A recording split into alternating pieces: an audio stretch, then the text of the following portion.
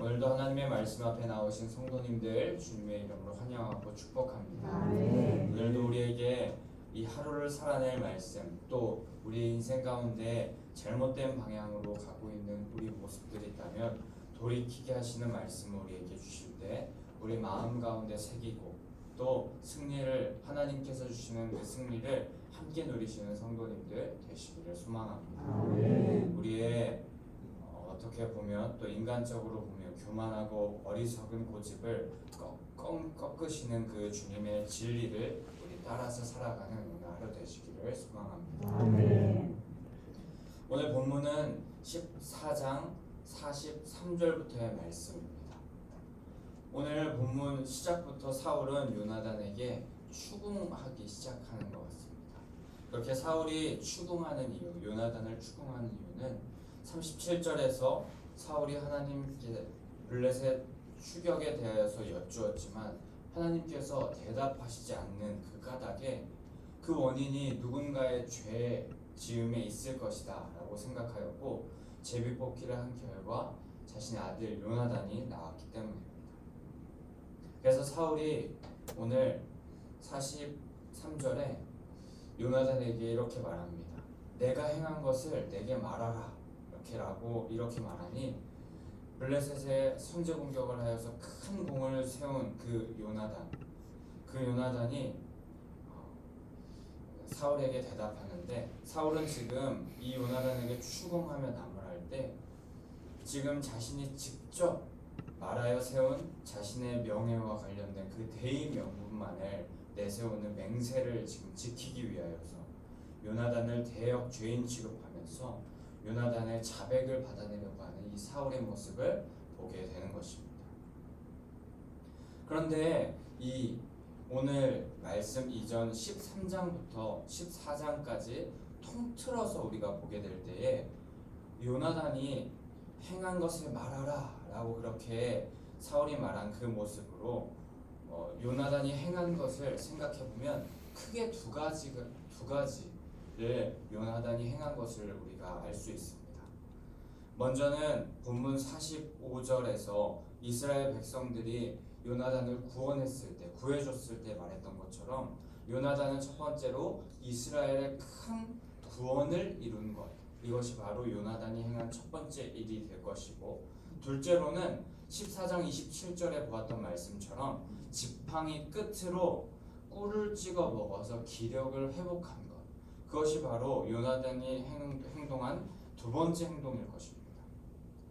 그런데 이 두 번째 행동의 경우가 안타깝게도 사울의 맹세를 어긴 모습이 되는 것이었습니다.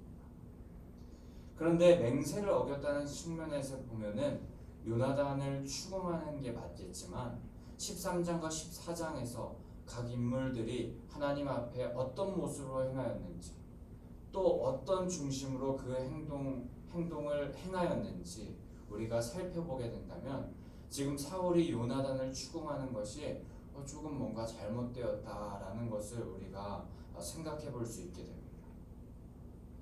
방금 말씀드렸듯이 요나단의 두 가지 행동 중에 첫 번째 행동은 바로 이스라엘의 큰 구원을 이룬 것이라고 하였습니다. 용감하게 블레셋에 나아가서 전쟁에 기여한 자가 바로 요나단이었습니다. 그러나 그때의 아버지이며 또 이스라엘의 왕으로 쓰임받고 있던 사울은 모든 공을 자신이 가로채려 하고 있고 또 자신의 명예를 드높이려 하면서 요나단에게 저주를 당할 수밖에 없는 그런 맹세를 하게 되었고 결국에 그의 아들까지 죽게 만드는 또 죄인 취급하여 버리는 일까지 하게 되었습니다. 요나단은 기력을 회복하여서 이방 민족의 블레셋 그들을 더 쳐부수려고 하였었는데 그 요나단을 졸지에 죄인으로 만들어 버리는 그런 상황에 이르게 된 것입니다. 이 전체적인 정황과 그 속뜻을 알고 이야기한다면 오히려 사울은 대의 명분만 내세우면서 자기 욕심에 기인한 맹세를 하고 자기가 주인 노릇하는 자기의 명예만 드높이려는 또 이 전쟁에서 자신의 국만을 높이 쌓으려고 하면서 요나단의 모든 공, 그리고 전쟁의 모든 공을 세웠던 사람들의 그 공을 다 가로채려는 이 사울이 오히려 지금 죄인으로 취급받아야 하는, 또 하나님 앞에서 지금 자신이 주인 노릇하고 하나님 앞에 주님이 진정한 왕이신데 자신이 진정 황제 노릇하려고 하면서 그렇게 살아가는 반역죄를 오히려 추궁받아야 마땅했는데, 지금 사울은 자신의 맹세를 어겼다며 아주 충직하고 능력 있는 이 아들 요나단을 나무라고 추궁하면서 죄를 묻고 있었던 것입니다. 잘못된 일을 잘못된 일로 받아들이지 못하고 계속 자신의 뜻이 맞다고 아들까지도 죄인 취급하고, 또 잘못된 일을 계속 맞다는 듯이 교만하게 밀어붙이는 그런 사울. 우리는 이 사울의 모습을 보면서 지금 잘못된 길로 나아가는 모습이 있음에도 우리 여러 가지 상황을 분간하지 못하고 잘못된 길이 맞다고 당당하게 나아가는, 오히려 잘못되었다고 말하는 사람들을 손가락질하면서 미워하고 조롱하는 모습이 우리 가운데 있진 않는지 우리는 분별하면서 또 하나님 앞에서 그런 모습이 있다면 회개하며 나아가야 할 것입니다. 그런데 특히 이러한 상황은 상급자와 하급자의 경우, 또 부모와 자식의 경우, 또 선생과 제자의 경우, 윗사람과 아랫사람의 경우에 빈번히 발생할 수 있습니다. 우리는 이렇게 행하지 않기 위해서 하나님 앞에 매일매일 우리 자신을 돌아보아야 할 줄 믿습니다. 아멘. 지금 여러분이 하시는 일들, 정말 우리가 주장하는 것들 중에 이것이 맞다고 그렇게 밀어붙이면서 단언하는 것들 중에 하나님께서 원하시지 않는 모습, 잘못된 일이 있을 수 있습니다. 내 명예를 드높이려 하는 것, 혹은 내 실수인데 내 실수를 드러내고 싶지 않아서 덮으려고 하는 그런 일들, 그런 마음들이 있을 수 있습니다. 하지만 진정한 예수님의 제자, 그리스도인들이라면 주님께 먼저 여쭈면서 가야 할 길을 묻고 잘못된 길로 나아가고 있다면 돌이킬 줄 아는 그 용기, 또 사과할 수 있는 용기, 미안하다고 먼저 손 내밀면서 나아갈 수 있는 용기가 우리 가운데 있어야 할 줄 믿습니다. 아멘. 오늘 기도하시면서 여러분이 맞다고 주장해왔던 고집들이 있지는 않은지, 교만으로 똘똘 뭉친 아직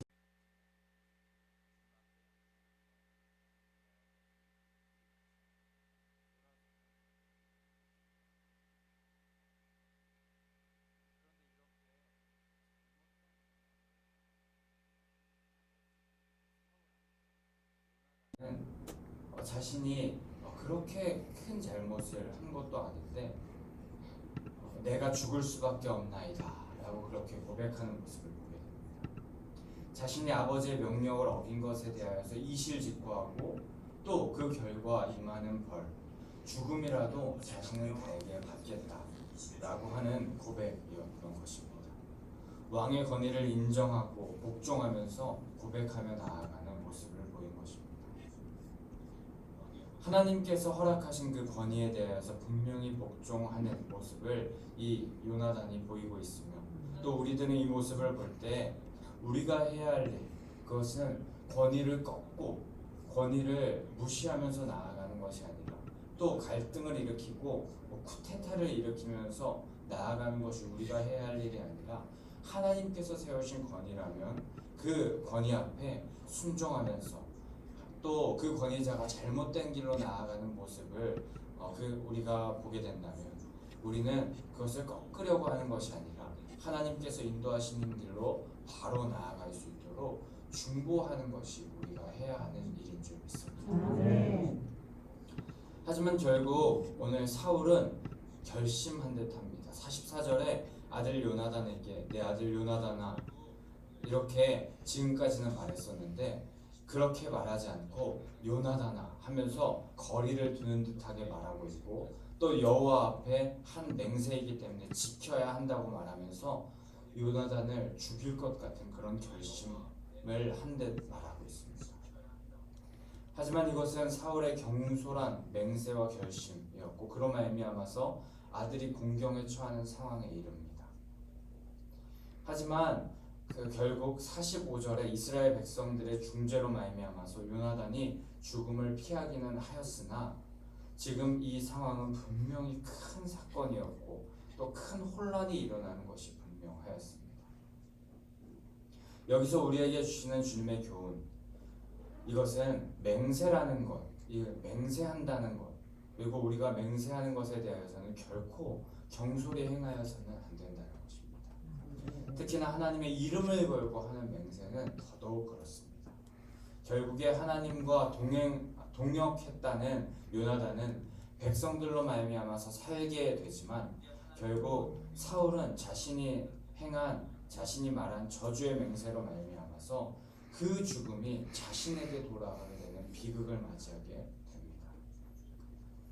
우리가 잘 알고 있는 마태복음 5장에 맹세에 대해서 말씀하시는 구절이 있는데 마태복음 5장 33절부터 말씀하시기를 맹세를 하지 말고 내 맹세한 것을 주께 지키라 하였다는 것을 너희가 들었으나 나는 너희에게 이르노니 도무지 맹세하지 말지니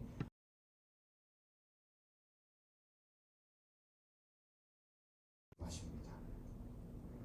예수님께서 자신을 과시하시거나 거짓을 숨기기 위하여서 진실이 아닌 것을 확고히 하기 위한 맹세를 하지 말라라고 하시고 있으며 또 맹세라는 것 자체가 보통 자신의 진실성, 자신의 주장이 위협받고 있을 때 하는 것이기 때문에 이 맹세를 남발하지 말고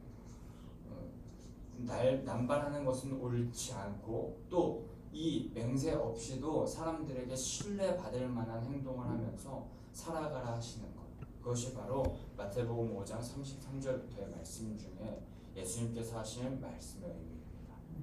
또한 이 맹세를 행할 때에 자신의 잘못된 모습을 변호하기 위하여서 하나님의 이름을 망령되이 주님의 이름으로 그렇게 그 맹세를 하는 그런 모습, 그것은 불경한 죄라는 것을 예수님께서 또한 말씀하시는 것입니다. 그런데 재밌는 부분은 사울의 맹세로 요나단이 죽을 뻔했지만 요나단을 살린 것 또한 이스라엘 백성들의 맹세였습니다. 45절에 보게 되면은 여호와의 살아계심을 두고 맹세하옵나니라고 그렇게 중반부에 기록되는데 여호와 하나님의 이름을 망령되이 일컬으면서 자신의 명예를 드높이려고 하면서 사람을 죽이는 맹세가 사울의 맹세였는가 하면은 여호와의 이름을 일컬으면서 사람을 살리는 맹세는 바로 이 이스라엘 백성들이 요나단을 살리는 맹세였습니다. 이미 말씀드렸듯이 맹세라는 것 자체가 조심스레 사용해야 하면서 헛된 맹세, 여호와의 이름을 망령되이 일컫는 그런 맹세를 하지 말아야겠지만 맹세를 하게 된다면은 하나님의 이름을 높이고 사람을 살리는 맹세를 우리가 해야 할 줄 믿습니다. 성경에서 바울은 로마서 1장, 또 고린도후서 1장, 11장, 갈라디아서 1장 이외 등등 맹세를 이렇게 바울이 하게 되는데 이 맹세를 하게 될 때 바울이 한 맹세는 진리를 담고 있는 맹세, 또 복음을 증언하며 사람을 살리는 맹세를 바울은 하였었습니다. 그렇게 우리는 이 세상 법정에서 사용되는 맹세나 여호와의 이름을 망령되이 일컫는 맹세를 우리가 행하지 말아야 할 것이며 사울의 맹세처럼 자신의 체면 또 명예를 위하여서 맹세하는 그런 하나님의 이름을 망령되이 일컫는 그 맹세의 전철을 따라 행하는 자가 되지 말아야 할 줄 믿습니다. 아멘.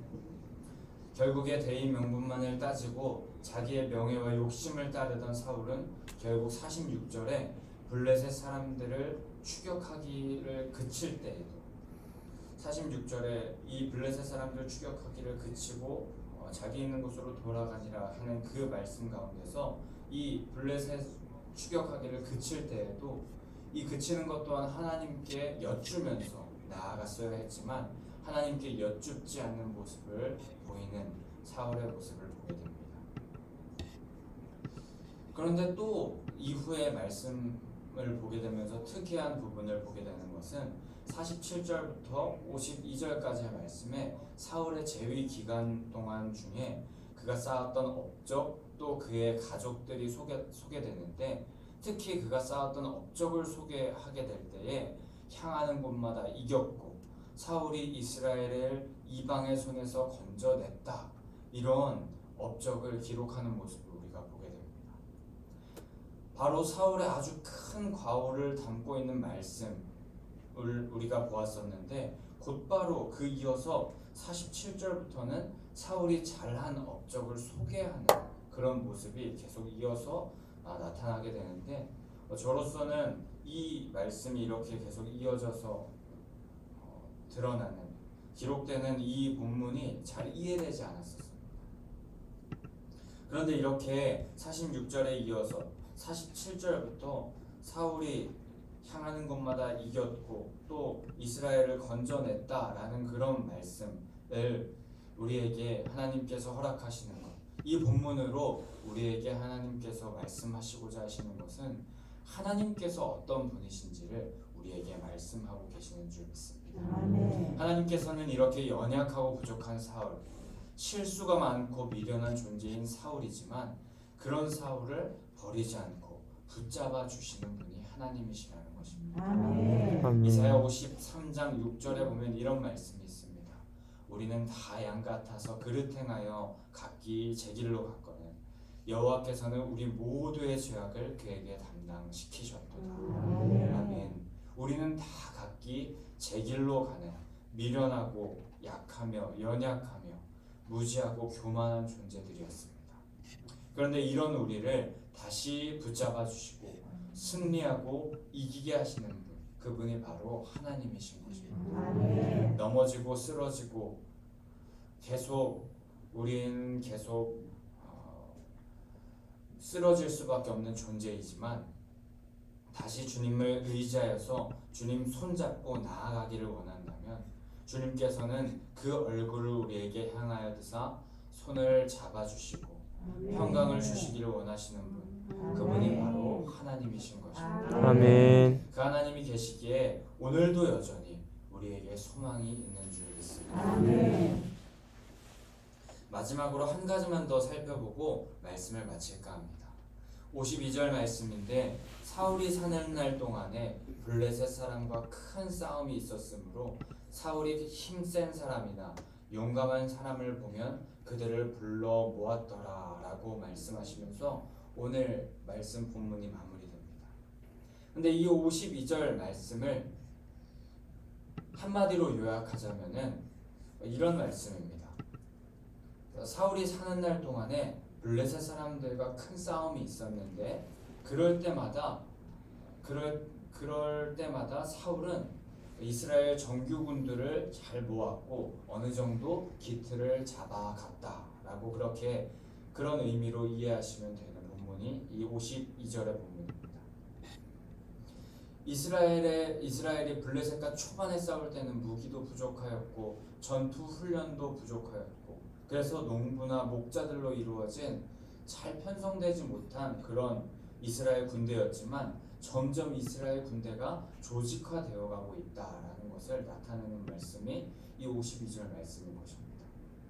근데 이 말씀을 보면 세상적인 시각으로 볼 때에 이스라엘이 뭔가 굉장히 진일보하였고 체계를 잘 잡아가는 것처럼 보입니다만 영적인 시각에서 볼 때는 하나님을 의지하기보다 군사력, 세상의 힘, 의지함으로 말미암아서 점점 더 쇠퇴의 길이 시작됨을 알리는 말씀이 바로 이 52절 말씀이기도 한 것입니다.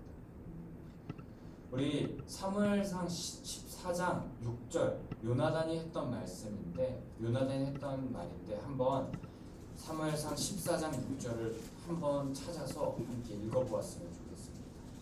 사무엘상 14장 6절입니다. 함께 읽어보겠습니다. 시작. 요나단이 자기의 무기를 든 소년에게 이르되 우리가 이 할례 받지 않는 자들에게로 여호와께서 우리를 위하여 일하실까 하노라. 여호와의 구원은 사람이 많고 적음에 달리지 아니하였느니라.